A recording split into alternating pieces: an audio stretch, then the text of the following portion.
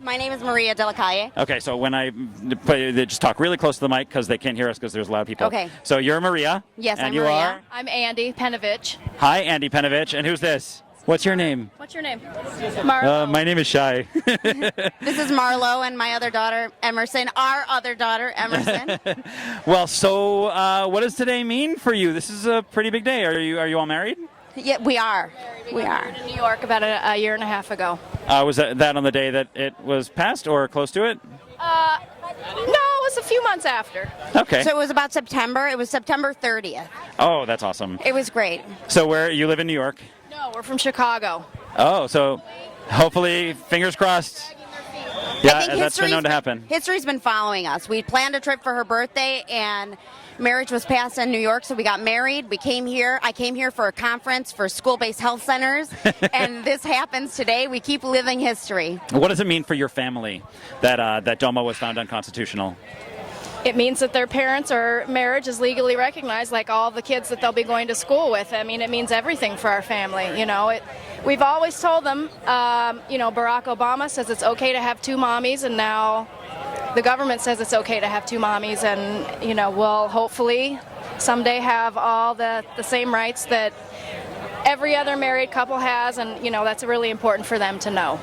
It's pretty incredible. I was actually at the, my husband works with the Family Equality Council, and we were ringing the stock exchange bell on May 9th last year when the president came out in favor of marriage equality.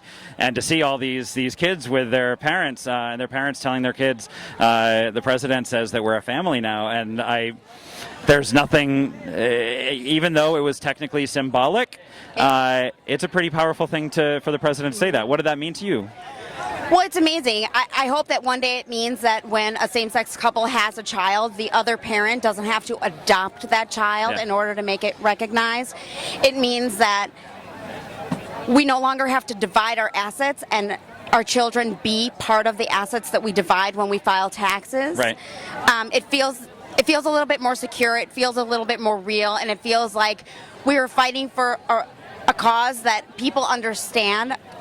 Progress is happening, history is happening, and my children are living it, and I'm just so proud to be here and so excited, and I love my family and I love my wife, and I'm so proud to say that, And I just want to tell you, though, that whatever they had to say today didn't matter. Can never take that away from you, ever, ever.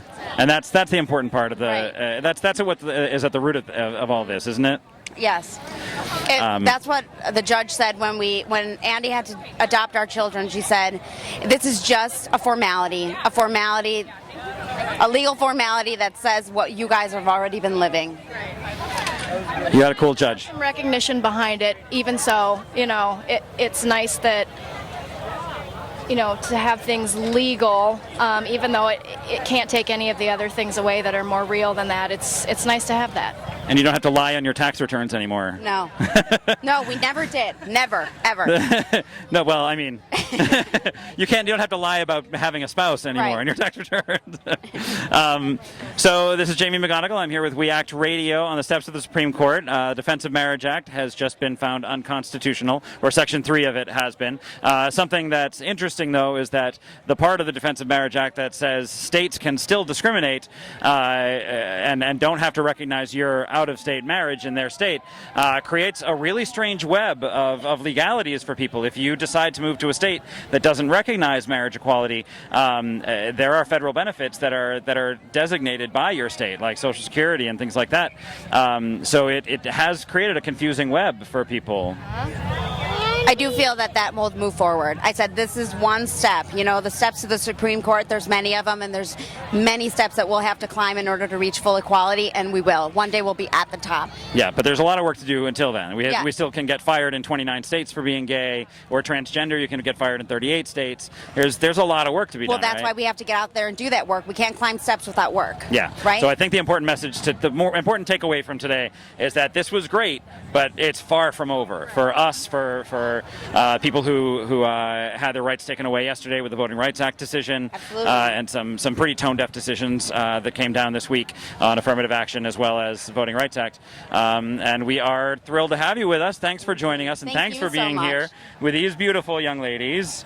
And have a great day. Thank you. Thank all you right, so congrats. much. Thank you. You too. Woohoo! We're all married people, says them.